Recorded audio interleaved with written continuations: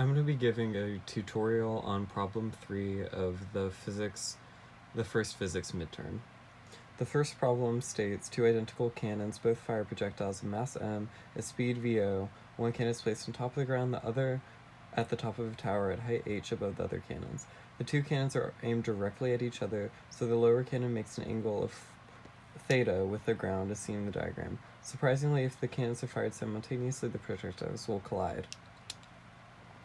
So, starting off with this problem, we need to figure out how much time passes before the collision. Your answer should be in terms of the known variables stated in the problem and physical constants.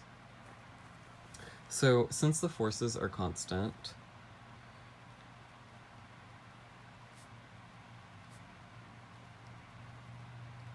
kinematics can be used.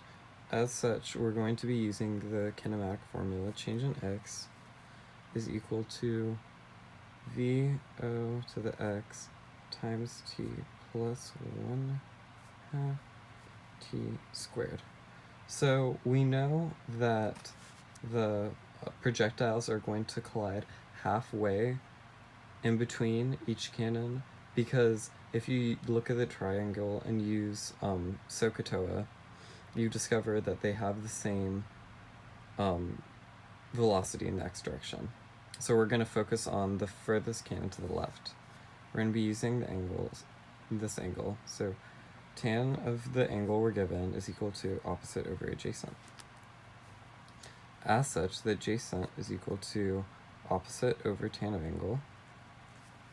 And that means the change in x total is equal to h over tan of angle.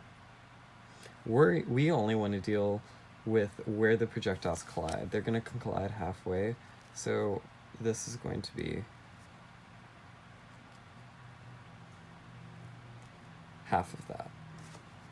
Okay, so now we're going to plug that back into this formula, and we see change in x divided by VOx is equal to t. We know this because there's no acceleration in the x direction.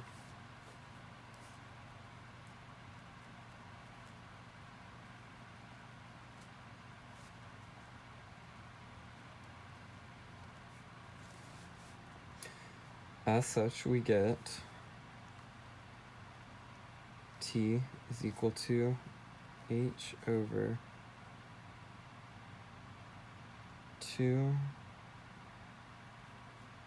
tan of theta cosine of theta times VO. Quick thing, the VOx is equal to cosine of angle times VO. We know this looking at the triangle we were given. Cosine is going to be the adjacent, so that's going to be the x component of the velocity. Moving on to B. B states, determine the height of the projectiles relative to the ground at the time of the collision. If you are unable to complete part A, please leave your answer in terms of delta t. So for this problem, we are going to need to find, we're going to use kinematics once again, because force is constant.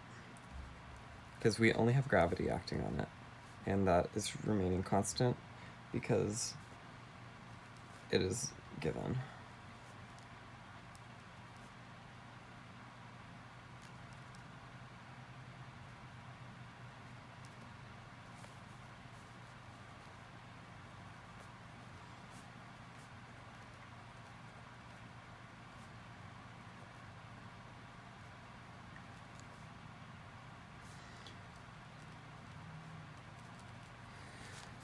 Acceleration is equal to gravity, so we can plug that in. And the VOy is equal to sine of angle times VO. We know this just looking at basic SOHCAHTOA. We know y is equal to 0 because the originally the position starts at 0 because the left cannon starts at the ground. We're trying to find y final, which is y of collision. As such, y of collision is equal to sine theta times v o t 1/2 gt squared.